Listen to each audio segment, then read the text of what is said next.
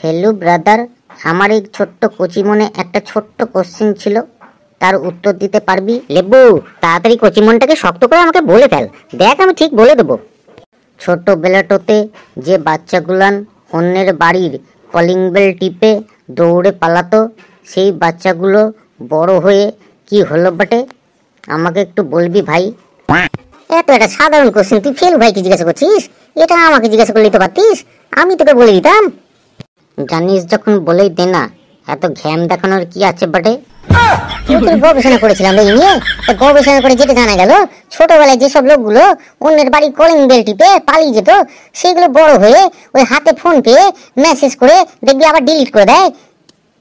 আর যে বাচ্চাগুলান ধরা খেয়ে মার খেত, বড় হয়ে সে বাচ্চাগুলান এখন কিরকম হবে? ওই বাচ্চাগুলো বড় হয়ে কিরকম হবে? একটা তোর মতো হবে আর একটা ঘেট্টুর মতো হবে। হেলু ভাই আমার, তোর জন্য আমার মাস্তুতো দাদার বিয়ে হয়ে গেল আগের সপ্তাহে, তোকে অনেক ধন্যবাদ হেলু ভাই। কি ব্যাপার রে ঘেটু, তোর মাস্তুতো দাদার বিয়ে হলো, তার জন্য তুই ফেলু ভাইকে এরকম ধন্যবাদ দিচ্ছিস কেন?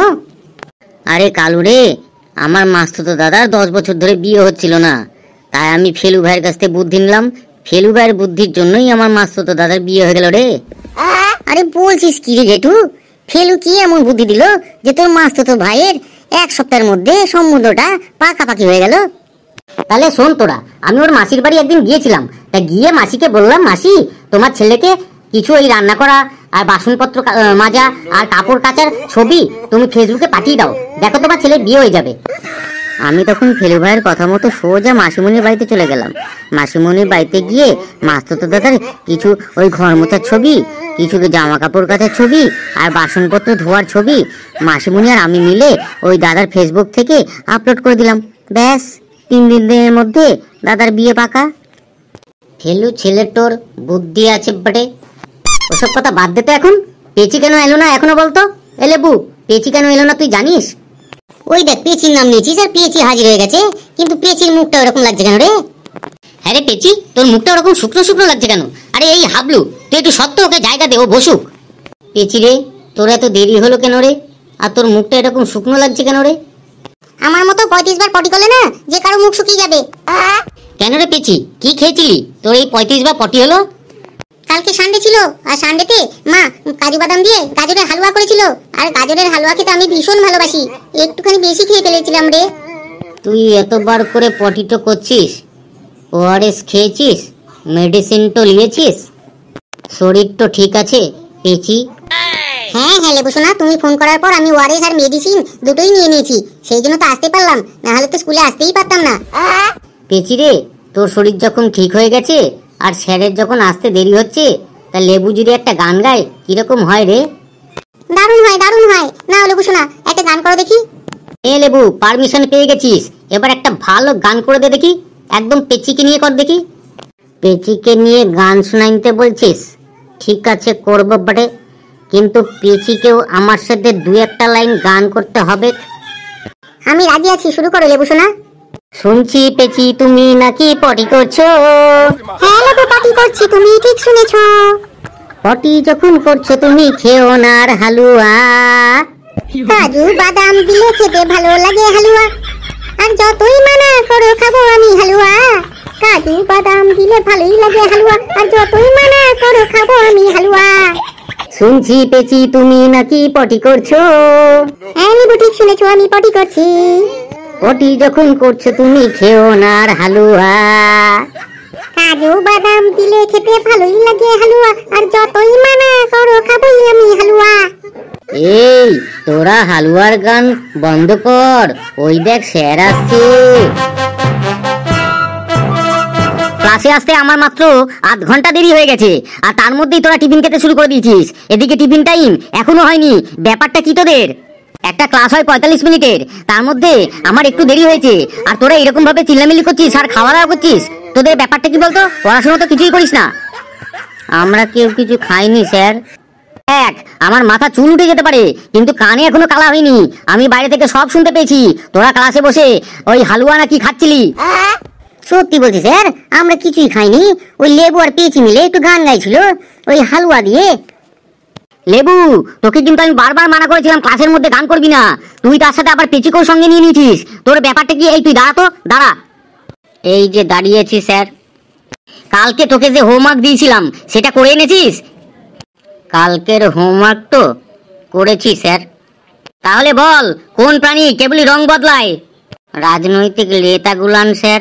কখনো এ টিম থেকে বি টিমে যায়, সুযোগ পেলে বি টিম থেকে আবার এ টিমে ফিরে আসে, আবার আরো বেশি সুযোগ পেলে ওই এ টিম থেকে সি টিমে চলে যায় স্যার। বলছিস কি রে তুই? আগে ঠিক বলেছিস বটে, ওইগুলো বর্তমান যুগের প্রাণীগুলোর কথা বললাম বটে। পুরনো দিনের গিরগিটি ছিল একমাত্র প্রাণী যে রং বদলাইতো। তুই একদম ঠিকই বলেছিস, বর্তমান যুগে যা অবস্থা হচ্ছে, হ্যাঁ, কে কোন দিকে যাচ্ছে তার কোনো ঠিক ঠিকানা নেই। তুই বস, তুই বস। পাশে ওইটা কে, কালু নাকি? এই কালু, তুই বলতো ইতিহাস কাকে বলে? ইতিহাস কাকে বলে স্যার? এ তো খুবই সোজা। মরা মানুষের কাহিনী পড়তে পড়তে জীবিত মানুষ আধমরা হয়ে যাওয়াকে ইতিহাস বলে। কি সাংঘাতিক রে! মরা মানুষের কাহিনী পড়তে পড়তে জীবিত মানুষ আধমরা হয়ে যাওয়াকে ইতিহাস বলে? এই এবার তোকে মেরে না আমি ইতিহাসের খাতায় নাম করিয়ে দেবো। তুই দাঁড়া তো, তুই দু হাত তুলে দাঁড়িয়ে থাক।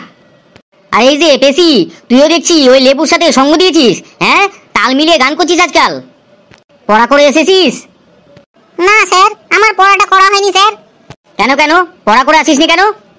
স্যার, কালকে তো রবিবার ছিল, বাড়িতে মা গাজরের হালুয়া করেছিল কাজু বাদাম দিয়ে, আর আমি হালুয়া খেতে তো একটু ভালোবাসি। কালকে একটু বেশি খেয়ে ফেলেছিলাম স্যার, তারপর থেকে পেটে কি যন্ত্রণা, 35 বার পটি করেছি স্যার। ও, সেই জন্য তোর পড়া হয় নাই, তাই তো? আগে হ্যাঁ স্যার। গাজরের হালুয়া আমার ভীষণ পছন্দ। কি আমার জন্য এনেছিস না আনিসনি?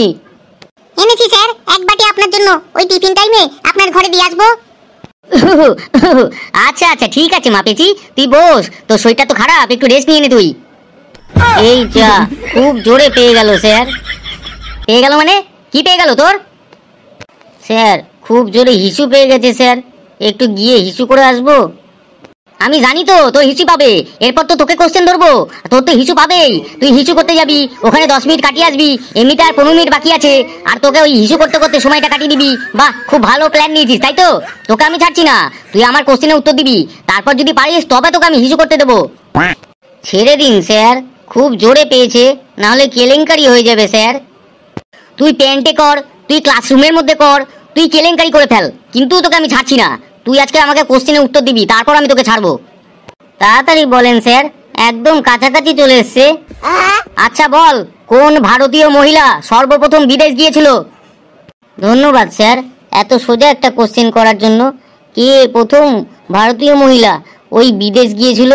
তার নাম হলো সীতা, উনি প্রথম শ্রীলঙ্কা গিয়েছিলেন স্যার। কি সাংঘাতিক উত্তর রে! তোরা তো দেখছি পড়াশোনা করিস না, বইয়ের দিকে নজরই দিস না। তুই দাঁড়া তো, তুই বেঞ্চের ওপর দাঁড়িয়ে থাক, তুই এখানেই হিসি কর, তুই কেলেঙ্কারি করে ফেল, তোকে আমি আর ছাড়ছি না। একদম ঘন্টা পড়বে, তারপর তুই বেরোবি। বলছি কি স্যার, আমার মাথাটা কিরকম টনটন করছে, একটু বসতে দিলে ভালো হতো। তোর মাথা টনটন করুক, পা ঝিনঝিন করুক, আর যাই করুক, আমি আজকে তোকে ছাড়ছি না। হ্যাঁ, একটা কোশ্চেনের উত্তর যদি তুই দিতে পারিস তাহলে তোকে আমি বসতে দেবো। বলতো, আর্যভট্টের নাম শুনেছিস? আর্যভট্ট কে বল? এটা তো খুবই সোজা ছিল স্যার, আলিয়া ভট্টের দাদুর নাম আর্যভট্ট। বলছিস কি রে তুই? আলিয়া ভট্টের দাদুর নাম নাকি আর্যভট্ট? তুই কোথা থেকে পেলি এটা? কেন স্যার, আর্যভট্টের টাইটেল হচ্ছে ভট্ট, আলিয়ার টাইটেল হচ্ছে ভট্ট, তাইলে আর্যভট্ট আলিয়া ভট্টের দাদু হবে না কেন? কি সাংঘাতিক রে! তুই বেঞ্চের ওপর দাঁড়া, তুই আর বসবি না, তুই বেঞ্চের ওপর দাঁড়া, আমি গেলে তারপর চিন্তা ভাবনা করবো তোকে বসতে দেওয়া হবে কিনা। তুই দাঁড়া তো বেঞ্চের ওপর। স্যার, আমাকে একটু কোশ্চেন করুন, সে কখন থেকে তো বসেই আছি। এমনিতেই এই ছেলেগুলো আমার মাথা গরম করে দিয়েছে, তারপর তোকে কোশ্চেন করলে এমন না সব উত্তর দিবি, আমার হার্টবিট আরো বেড়ে যাবে। আচ্ছা ঠিক আছে, তুই বলছিস যখন, তাহলে বল দেখি। লোডশেডিং এর উপকারিতা সম্পর্কে আমাকে কিছু বল দেখি। লোডশেডিং এর উপকারিতা? লোডশেডিং হলে আমরা যে সকল উপকার পেয়ে থাকি: কারেন্টের বিল কম আসে, অন্ধকার থাকলে যোজনা দেখার সুবিধা হয়, গরমে ঘেমে গেলে শরীর থেকে বজ্র বেরিয়ে যায়, যার কারণে শরীরে রোগবালাই কম হয়, হাত পাখা ব্যবহার করায় হাতের ব্যায়াম হয়। আর লোডশেডিং হলে খালি গায়ে থাকার কারণে কাপড় চোপড় কম ময়লা হয়। আর লোডশেডিং হলে সহজে ঘুম আসে না, এতে করে বাড়িতে চুরির আশঙ্কা অনেকটাই কমে যায়। চাইলেও গরমের কারণে অনেক বেলা পর্যন্ত ঘুমানো যায় না। আর এই লোডশেডিং আছে বলেই সকালের আলো বাতাস গায়ে লাগে। লোডশেডিংটা হয়ে গেলে অন্ধকারে পড়তে বসা লাগে না, ব্যাস আমি বুঝে গেছি, তোকে আর বলতে হবে না, তুই এবার থাম।